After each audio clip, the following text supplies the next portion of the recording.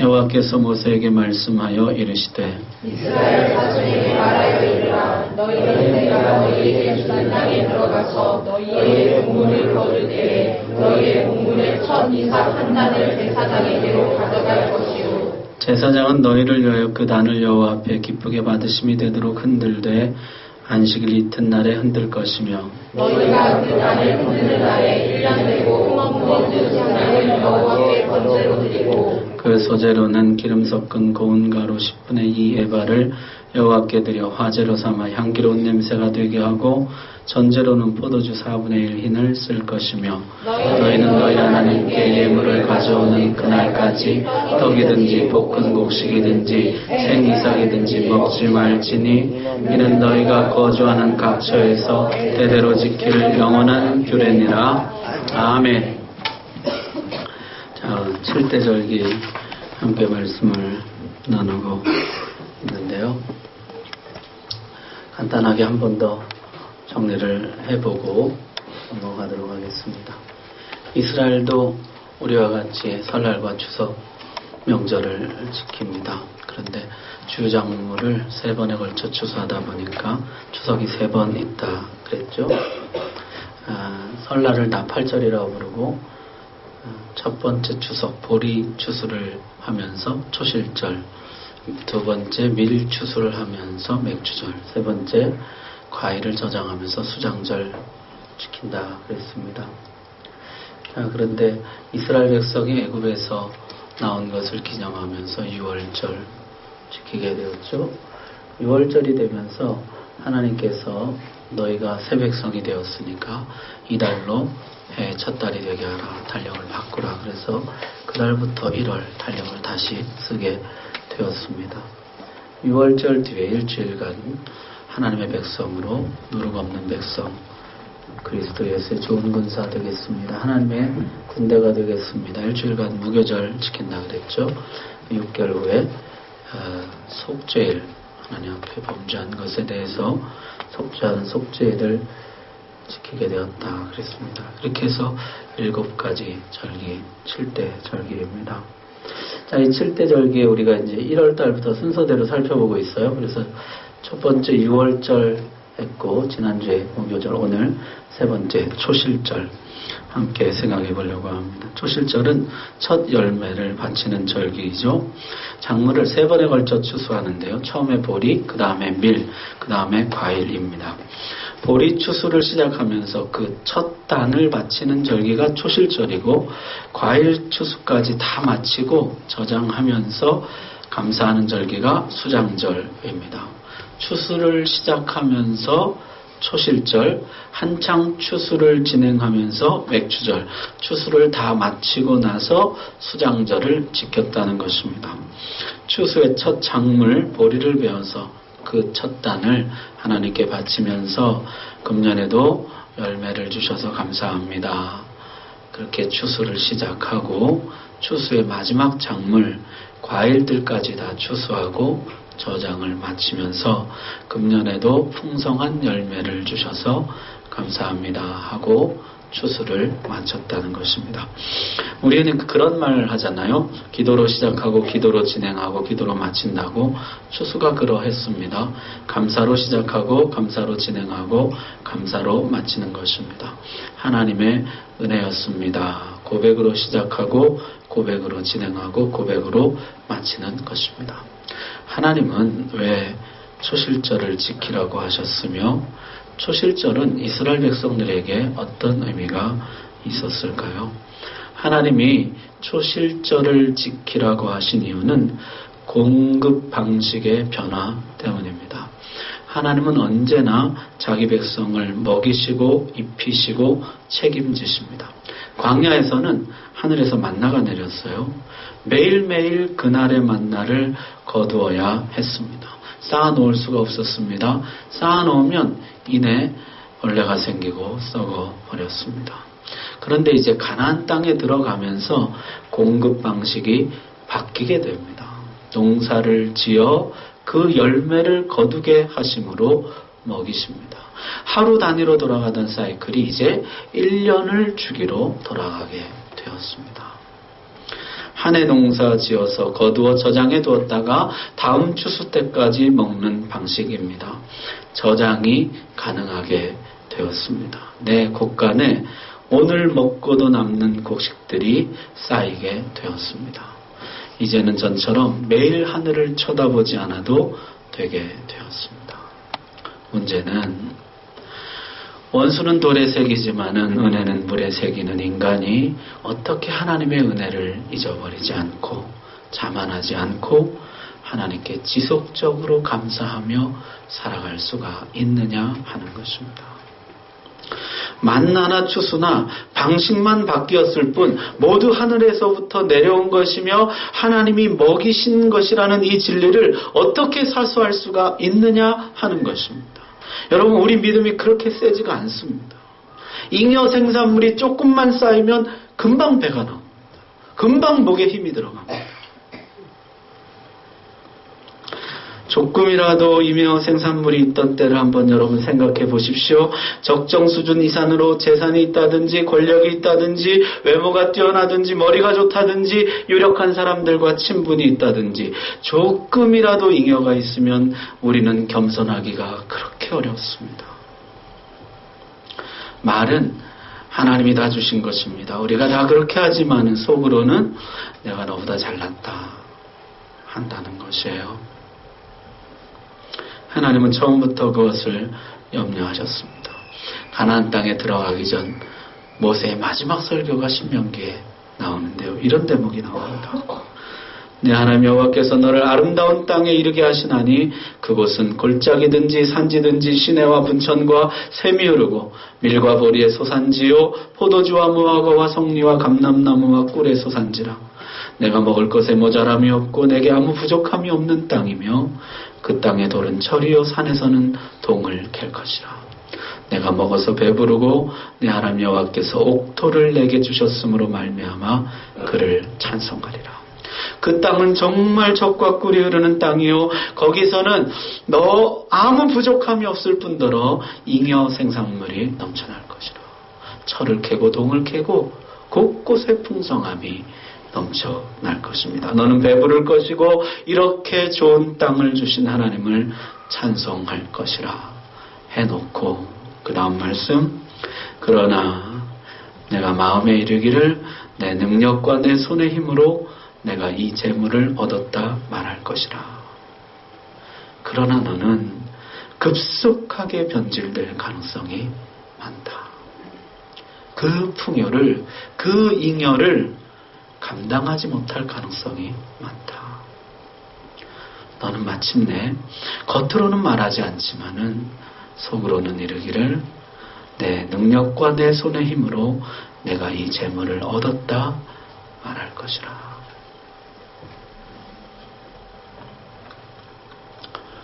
사실입니까? 사실이죠.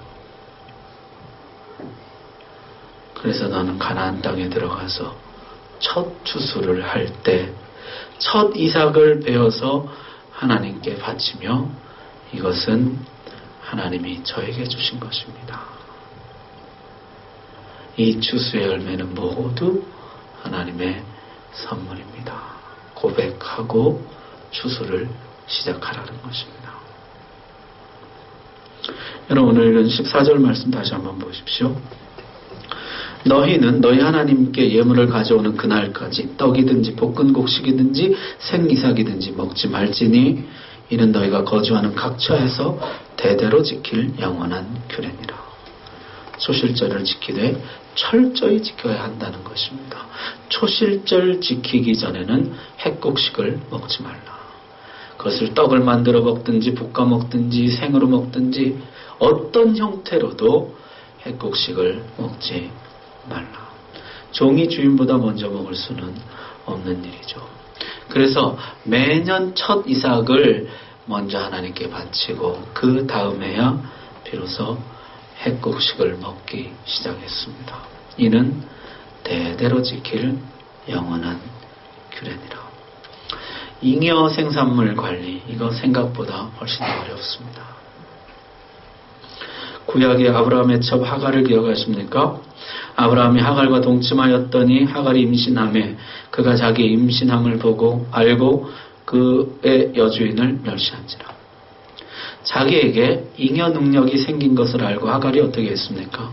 그런 기회를 준 여주인 사라에게 감사하고 더 잘 섬겼습니까? 그가 여주인 사라는 못하는 임신을 자기가 한 것을 알고 그의 여주인을 멸시한지라. 자기를 과시하고 상대를 멸시하기 시작했습니다. 이것이 우리의 연약함입니다. 초대교회 때도 많은 문제가 있었어요. 고린도전서에 보니까요. 누가 너를 남달리 구별하였느냐? 내게 있는 것 중에 받지 아니한 것이 무엇이냐? 내가 받았은즉 어찌하여 받지 아니한 것 같이 자랑하느냐? 여기서 잉여물이 뭡니까? 성령의 은사입니다. 세속적인 게 아니고 세상적인 게 아니고 성령의 은사를 더 받았다고요. 잉여 은사, 넘치는 은사를 받았습니다. 그랬더니 감사하고 더 겸손히 주님을 섬기고 형제들을 섬겼느냐? 아닙니다. 과시하며 자랑했습니다. 책망하죠. 누가 너를 남달리 구별하였느냐? 네가 가진 것 중에 받지 않은 것이 무엇이뇨? 나는 1등 신자, 너는 2등 신자 했다는 것입니다. 신앙생활에서 가장 중요한 문제 중 하나입니다. 잉여 생산물 관리. 하나님의 해결책이 뭡니까? 초실절을 지키라. 잉여 생산물 생길 때마다 하나님께 고백하라는 거예요. 이것은 하나님이 주신 것입니다.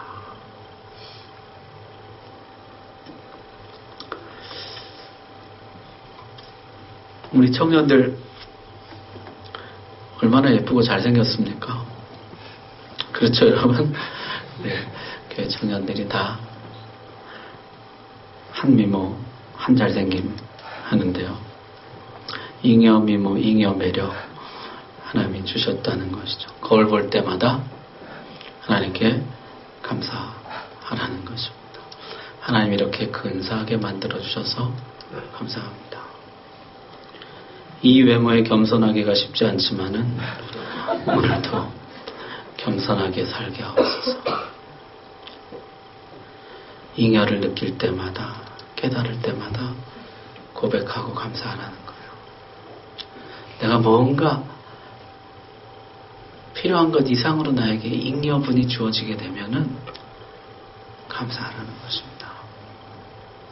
그게 초실절이에요.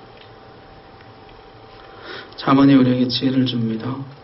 내 재물과 내 소산물의 처음 익은 열매로 여호와를 공경하라. 그리하면 내 창고가 가득히 차고 내 포도주 틀에 새 포도즙이 넘치리라. 더 풍성함의 비밀이 여기에 있다는 것이죠. 잉여를 인식할 때마다 하나님께 감사하라. 그러면 내 인생이 더 풍성하게 될 것이다. 하나님이 마음 놓고 더 잉여를 맡기실 수가 있으실 것이라. 여러분, 여러분의 인생이 풍요로운 인생 되기를 주의 이름으로 축복합니다. 자, 두 번째는요, 초실절은 더 큰 소망을 우리에게 줍니다. 첫 열매를 드리는 초실절. 여러분, 이 초실절을 지킬 때 사람들 안에 어떤 공감함이 있을까요? 첫 열매가 무엇일까 하는 것이죠. 이게 구성원 전원이 농부이던 시절에는 별 문제가 안 되겠죠. 농부들에게는 첫 이삭이 첫 열매일 테니까요. 그럼 우리에게 첫 열매는 뭘까요? 소득 활동을 하는 사람에게는 첫 번째 소득일 수도 있겠죠. 지금도 경건한 성도들 믿음의 가정에서는 자녀들에게 첫 월급을 하나님께 첫 열매로 바치라 가르칩니다. 가축들도 초태생을 하나님께 바쳤습니다. 가인과 아벨의 제사에서 보면은 아벨은 양의 첫 새끼와 그 기름을 하나님께 드렸고 그 제사는 연락되었습니다. 그런데 신약에 와서 성경은 놀라운 선언을 합니다. 그 첫 열매가 무엇인지 밝혀주고 있습니다. 고린도전서 15장 20절에 보니까요. 그러나 이제 그리스도께서 죽은 자 가운데서 다시 살아나사 잠자는 자들의 첫 열매가 되셨도다. 수천 년 동안 첫 열매 바칩니다. 첫 열매 드리자, 첫 열매 드립시다. 그랬는데 그 첫 열매가 바로 예수 그리스도라는 것입니다. 원문에 보면요, 여기에 정관사 더가 붙어 있어요. 바로 그 첫 열매. 하나님이 맨 처음부터 말씀하셨던 바로 그 첫 열매가 예수 그리스도입니다. 하나님의 백성들이 수천 년 동안 추수를 하면서 첫 열매 하나님께 바칩니다. 이어서 많은 열매 거두게 해주시옵소서 했던 것이 바로 예수 그리스도의 부활을 가리키는 것이었습니다. 예수 그리스도께서 자신을 첫 열매로 하나님께 바치셨습니다. 잠자는 자들, 죽은 자들의 첫 열매가 되셨습니다. 추수의 시작이라는 것이죠. 이제 수많은 열매들이 맺히게 될 것입니다. 수많은 열매들이 수확되게 될 것입니다. 첫 열매 예수 그리스도의 뒤를 이어서 수많은 영혼들이 알곡으로 추수되어 하나님께 바쳐질 것입니다. 잠자는 자들, 죽은 자들, 죄와 사망의 권세 아래 갇힌 자들이 다 살아나게 되고 자유하게 되고 일어나게 될 것입니다. 겨울이 되면 죽은 것 같은 나무들, 풀들이 봄이면 다시 살아나 땅을 뚫고 나오고 열매를 맺는 것처럼 죄와 사망 권세, 마귀 권세 아래 죽었던 영혼들이 예수 그리스도를 뒤이어 살아나게 될 것이라. 그리고 나서 초실절 말씀을 신약의 성도들이 다시 보니까요. 여러분 10절, 11절 다시 한번 보십시오. 너희는 내가 너희에게 주는 땅에 들어가서 너희의 곡물을 거둘 때에 너희 곡물의 첫 이삭 한 단을 제사장에게로 가져갈 것이요 제사장은 너희를 위하여 그 단을 여호와 앞에 기쁘게 받으심이 되도록 흔들어 안식일 이튿날에 흔들 것이며. 거기 보니까 초실절은 안식일 이튿날에 지키는 절기입니다. 안식일이 무슨 요일이에요? 토요일이잖아요. 안식일 이튿날, 그 다음 날은 주일인 것이죠. 초실절은 본래부터 주일에 지키도록 고안된 절기입니다. 그래서 초대교회 성도들은 6월절은 성금요일로, 초실절은 부활절로 지키게 되었습니다. 우리는 부활절마다 잠자는 자들의 첫 열매가 되신 주님의 뒤를 따라서 우리도 부활한다는 소망을 다시 새롭게 하는 것입니다. 어떤 신학자가 재미난 해석을 했어요. 초실절에 첫 열매, 첫 이삭을 바쳤는데 한 줄기 바친 게 아니라 한 단을 바쳤다는 거예요. 10절 다시 보십시오. 너희는 내가 너희에게 주는 땅에 들어가서 너희의 곡물을 거둘 때에 너희의 곡물의 첫 이삭 한 단을 제사장에게로 가져갈 것이요. 이 한 단이라고 번역한 단어가 한 오멜인데요. 이게 한 아름, 한 묶음 이런 뜻입니다. 왜 한 묶음을 바쳤느냐? 고린도전서가 이것도 답을 준다는 거예요. 아까 첫 열매가 예수 그리스도라고 말한 이후에 그 다음 절에 그러나 각각 차례대로 되리니 먼저는 첫 열매인 그리스도요 다음에는 그가 강림하실 때에 그리스도에게 속한 자요. 첫 열매인 그리스도가 부활하시고 그 다음에는요 그가 강림하실 때, 그가 재림하실 때 그에게 속한 자 부활하게 된다. 예전 개역 한글 성경에는요 그리스도 강림하실 때 그에게 붙은 자요 이렇게 번역을 했었어요. 어떻게 보면은 속한보다 붙은이 더 좋은 번역인 것 같아요. 그리스도께 붙은 자들, 예수님께 붙은 사람, 예수님과 한 단으로 묶여있는 사람들은 그리스도와 함께 부활한다는 것입니다.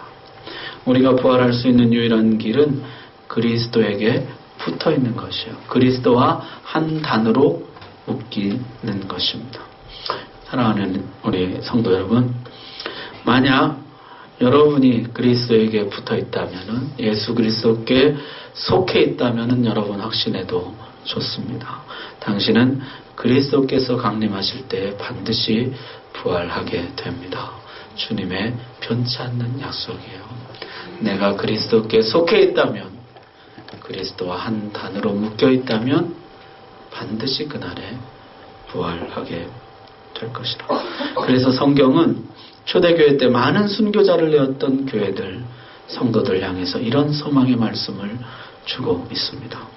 형제들아, 자는 자들에 관하여는 너희가 알지 못함을 우리가 원하지 아니하노니 이는 소망 없는 다른 이와 같이 슬퍼하지 않게 하려 함이라. 우리가 예수께서 죽으셨다가 다시 살아나심을 믿을진대 이와 같이 예수 안에서 자는 자들도 하나님이 그와 함께 데리고 오시리라. 예수 안에서 자는 자들은 예수님이 오실 때 함께 데려오실 것이라. 함께 부활해서 부활의 잔치, 영원한 천국 잔치에 참여하게 된다는 것입니다. 여러분, 초실절 풍경은 아마 이랬을 것 같아요. 안식일 지나 다음날 아침 일찍 여인네들이 낫을 들고 보리밭으로 달려갑니다. 그리고 첫 이삭을 베고 그 첫 열매를 제사장에게로 가져옵니다. 제사장은 그 열매를 들고 법궤가 있는 쪽을 향해서 높이 들고 흔들면서 하나님 찬송하고 백성들을 축복합니다. 백성들은 이제 풍성한 추수를 기대하면서 다시 들판으로 와서 힘써 추수를 시작했습니다. 먼 날 안식일이 지난 다음 날 아침 일찍 몇몇의 여인들은 이번에는 보리밭이 아니라 예수님의 무덤으로 달려갔습니다. 그리고 잠자는 자들의 첫 열매가 되셔서 부활하신 주님을 만났습니다. 첫 열매이신 주님은 너희도 부활하리라는 확신을 주십니다. 가서 이 복된 소식을 듣고 전하라. 여인들은 기뻐하며 다시 들판으로 예루살렘으로 갈릴리로 온 이스라엘 땅으로 달려가 사람들에게 이 기쁜 소식을 전했습니다. 수많은 영혼들이 그 복음을 듣고 알곡이 되어 하나님의 국간 안에 들어가게 되었습니다. 성도 여러분, 주님은 우리에게 너의 초실절을 지키라 말씀하십니다. 내가 초실절을 지킨다는 것은 두 가지 의미예요. 다 하나님 주신 것입니다. 와, 나는 부활을 믿습니다. 입니다. 잉여 생산물을 인식할 때마다 하나님이 나에게 더 주신 것을 깨달을 때마다 내가 너보다 낫다는 교만이 올라올 때마다 다 하나님 주신 것입니다. 하시고 두 번째로 이 땅의 고된 삶에 지치고 힘들 때 다 포기하고 싶고 다 놓고 싶을 때 이 땅의 삶이 잠시 잠깐의 삶이요. 이후에 주님과 함께 부활해서 영원한 분향에서 살아간다는 것을 기억하시고 이 땅에서 다 보상받으려고 그러지 마시고 영원한 천국의 하나님의 상을 바라보고 끝까지 부활 소망을 가지고 살아가시라는 것입니다. 나는 부활을 믿습니다. 악의 끊임없는 공격과 시험이 이어질 때 주님이 첫 열매되어 승리하신 것처럼 나도 승리할 줄로 믿습니다. 주님을 바라보고 소망을 가지시라는 것입니다. 그것이 내가 주님께 드리는 초실절입니다. 우리 평생에 하나님께 나의 초실절을 드리고 아름다운 주님을 섬기며 살아갈 수 있기를 주의 이름으로 축복합니다. 기도하겠습니다.